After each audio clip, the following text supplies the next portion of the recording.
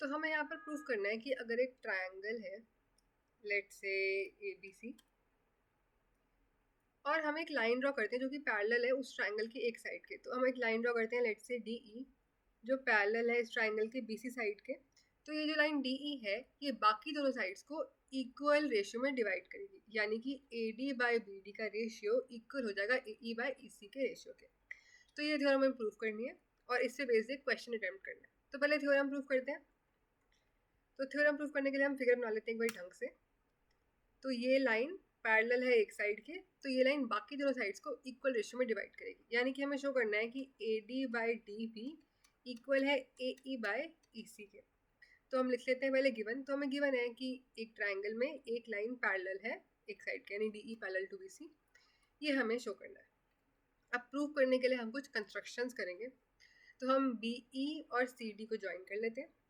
एक परपेंडिकुलर बनाएंगे हम D से AC पे, तो हम बना लेते हैं DM, और एक परपेंडिकुलर बनाएंगे हम E से AB पे EN, कुछ ऐसे। अब हम करते हैं इसको प्रूफ।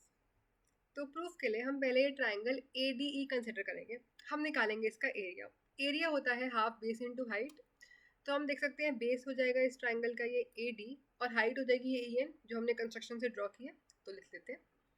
सिमिलरली अब हम इस ब्लू ट्रायंगल को कंसिडर करते हैं, ट्रायंगल BDE। हम देख सकते हैं इसके एरिया निकालने के लिए भी इसका बेस हो जाएगा ये BD, और हाइट हो जाएगी अगेन ये EN जो हमने कंस्ट्रक्शन से ड्रॉ किया, ऐसे लिख लेते हैं। इन दोनों के एरियाज को डिवाइड करते हैं, तो ये EN और हाफ कैंसिल हो जाएगा, तो हमें मिल जाएगा ये AD बाई DB।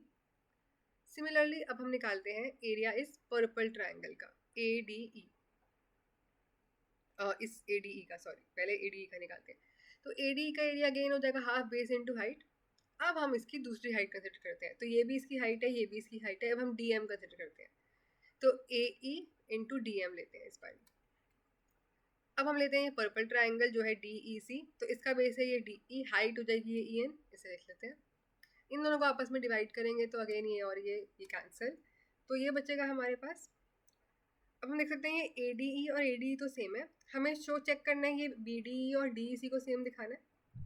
तो अगर हम यहाँ पर देखें ये BDE ट्रायंगल और DEC ट्रायंगल ये सेम बेस पे लाई कर रहे हैं और दो पैरेलल लाइंस के बीच में है। तो हमें थ्योरम से पता है कि अगर दो ट्रायंगल सेम बेस में लाई करते हैं और वो दो पैरेलल्स के बीच में लाई करते हैं तो उनका एरिया इक्वल होता है, यानी इन दोनों का एरिया हो जाएगा इक्वल, इसे लिख लेते हैं।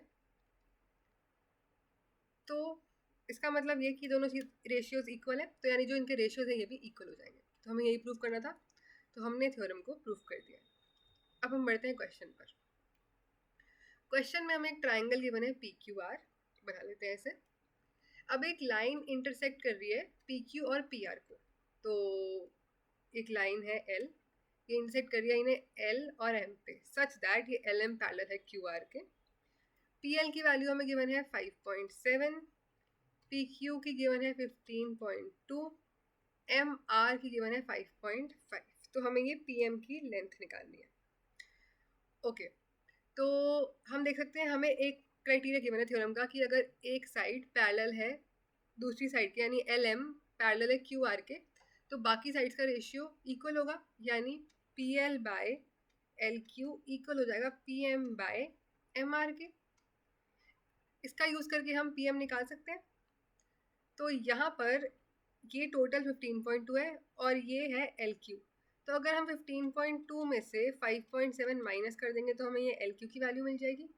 तो हमारे पास PL की वैल्यू है, LQ की वैल्यू है, MR की वैल्यू है, सब पुट करके PM निकालते हैं। तो लिख लेते हैं ऐसे। तो इसको सिंप्लीफाई करते हैं तो हमें PM की वैल्यू मिल जाएगी एज 3.3 सेंटीमीटर।